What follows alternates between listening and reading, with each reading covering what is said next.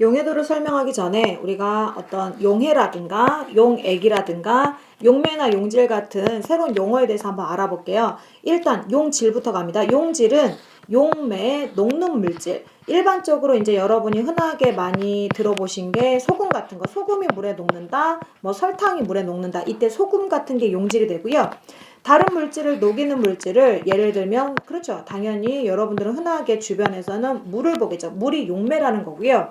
이 둘이 섞여 있는 그거를 우리가 용액이라고 부르고, 용액은 얘들아 다보다 균일온화물입니다. 그 다음에 이렇게 용질이 용매에 녹아 들어가는 현상을 우리가 용해라고 하죠. 근데 이제 용액이라는 거는 어느 부분이나 골고루 섞여 있기 때문에 맛이나 색깔이나 이런 것들이 어떻다? 같고요. 그 다음에 이거 조심하셔야 돼요. 반드시 무색 투명할 필요는 없고 투명은 해야 돼요. 투명은 해야 되는데 뭐는 있어도 된다. 색깔은 좀 있으셔도 돼요. 여러분 사과식초 같은 거 누르스름하지만은 투명하죠. 그 다음에 오랫동안 두어도 가라앉거나 떠다니거나 거름종이로 걸러지는 게 있으면 안 된다는 거죠. 그 다음에 여러분들이 이제 용질에다가 용매를 섞었어요. 그러면 섞으면 이제 보통 용매 입자가 크긴 한데 꼭 그런 건 이제 아니니까 용매 속으로, 즉 큰 입자 속으로 작은 입자가 들어가기 때문에 섞은 용액의 부피가 우리가 각각 용질하고 용매의 부피를 더한 것보다 용액의 부피는 감소한다는 걸 꼭 기억하셔야 돼요. 이 용액의 부피는 감소한다. 왜냐하면 물질은 입자로 돼 있고 입자 크기 다르고 그 다음 입자 사이사이로 뭐하기 때문에요. 빈 공간으로 끼어 들어가기 때문에 부피는 감소하지만 질량은 절대로 변하지 않습니다. 이제 중3 때 라부아제의 질량 보존 법칙을 배우실 거예요. 입자 수가 변하지 않기 때문입니다. 다음으로 이제 용액의 농도. 근데 농도는 계산하는 게 중학교 1학년 때 배웠기 때문에 글쎄요, 이제 여러분이 잘 푸실 수 있을지 모르겠는데, 농도라는 거는 이제 중학교 2학년에서의 농도는 퍼센트 농도, 즉 무엇 100g, 꼭 기억하세요. 용액입니다. 나중에 이제 뒤에서 선생님이 용해도를 설명할 건데, 이 용해도는 용액이 아니라 용질을 녹이는 용매 100g 기준이에요. 이것 때문에 이제 여러분들 이제 많이 아마 용해도를 어려워하실 텐데, 일단 농도라는 거는 용액 100g 속에 녹아있는 용질의 g을 100분율로 나타낸 거거든요. 공식 반드시 외우셔야 돼요. 용매 더하기 용질의 질량분의 용질의 질량 곱하기 100입니다. 그래서 이렇게 하면은 좀 이제 여러분이 어렵게 느껴지니까 익숙한 걸로 한번 해볼게요. 즉 소금 물분의 무엇? 소금 곱하기 100 하면 되죠. 근데 이제 문제가 농도가 최근에 잘 출제는 안 되는데 공식 좀 기억하시고 학교에서 강조하면은 이거 계산 문제로 나올 수도 있습니다. 이제 용해도에 대해서 설명할 건데요. 우리가 이제 용해도라는 거는 여기 보시면 어떤 이제 물질마다 용해도는 달라요. 그래서 일정한 온도에서 물질의 종류마다 용해도가 다르므로 용해도는 물질의 특성이 돼요. 그럼 지금까지 저희가 물질의 특성이 됐던 거 잠깐만 보고 갈게요. 물질의 특성, 구별되는 성질, 밀도 배웠고요. 그 다음에 녹는 점 배우셨고요. 그 다음에 녹는 점과 일단 뭐는 같나요? 어는 점. 그 다음에 지난 시간에 뭐까지 했었냐면 이 끓는 점들이 다 물질의 특성이죠. 그래서 이제 오늘 이제 용해도 설명할 건데 용해도도 뭐다? 물질의 특성이다. 근데 이제 용해도는 그런데 좀 다른 게 어떤 용매를 사용했느냐에 따라서 소금은 물에는 잘 녹지만 에탄올에는 잘 안 녹기 때문에 용매의 종류나 용질의 종류, 온도를 보통 함께 표시해 줘야 되고요. 이제 뒤에서 설명할 건데 기체의 경우는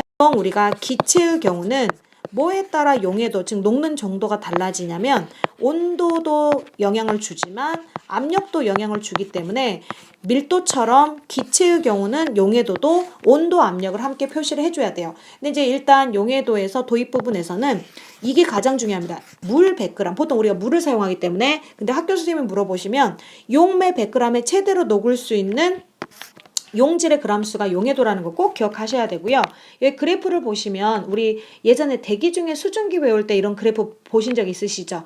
그래프상에 점이 찍혀 있으면 무슨 상태? 포화.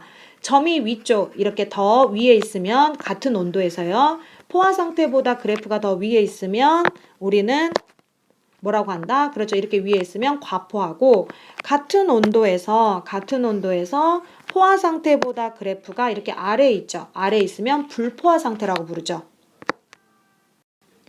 그리고 용해도 곡선 그래프에서요. 이제 보통 고체 물질의 경우에 온도가 높으면 이렇게 용해도가 증가합니다. 그 다음에 또 이제 제가 기회가 되면 설명을 하겠지만 보통 물의 양보다, 즉 용매의 양보다 이것 조금 기억을 하셔야 될 수도 있어요.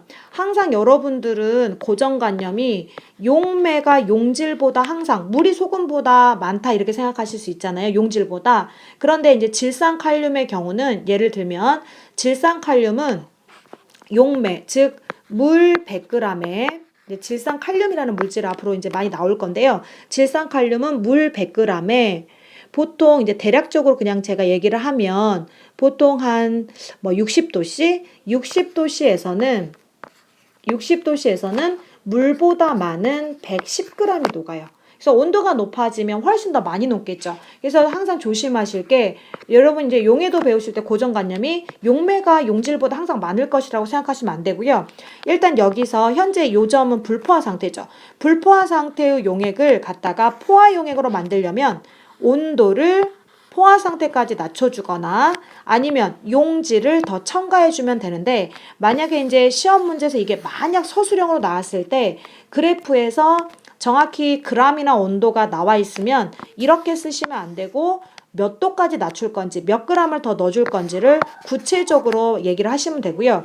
이거 꼭 기억해 두세요. 우리가 농도 구할 수가 있어요. 이 용해도 곡선에서. 그런데 포화 용액의 농도는 아직은 무슨 말인지 잘 모를 수가 있는데 절대로 100%가 될 수가 없어요. 무슨 말인지 한번 제가 살짝 그럼 해볼게요. 보세요. 지금 만약에 여러분들이 여기가요. 지금 요 상태가 포화 상태거든요. 뭐 온도가 30도라고 제가 임의로 잡을게요. 30도씨의 용질이 얼마였냐면 용질이 100이었다고 합시다. 이거 보고 계십니까? 지금 30도씨 지금 어떤 물질의 용해도가 얼마냐면 어떤 물질의 지금 용해도가 100입니다. 이 100, 용해도가 100이란 얘기는 물 몇 그램에 그렇죠. 물 100g에 녹을 수 있는 가루 용질이 몇 g이란 얘기냐면 100g이죠. 그럼 지금부터 농도 구해볼까요? 용질 더하기 용매 즉 100 더하기 100이니까 200이죠. 이 두 개 더한 게 용액이니까 그 중에 용질이 100입니다. 그럼 100 하시면 농도가 50%밖에 안 나와요.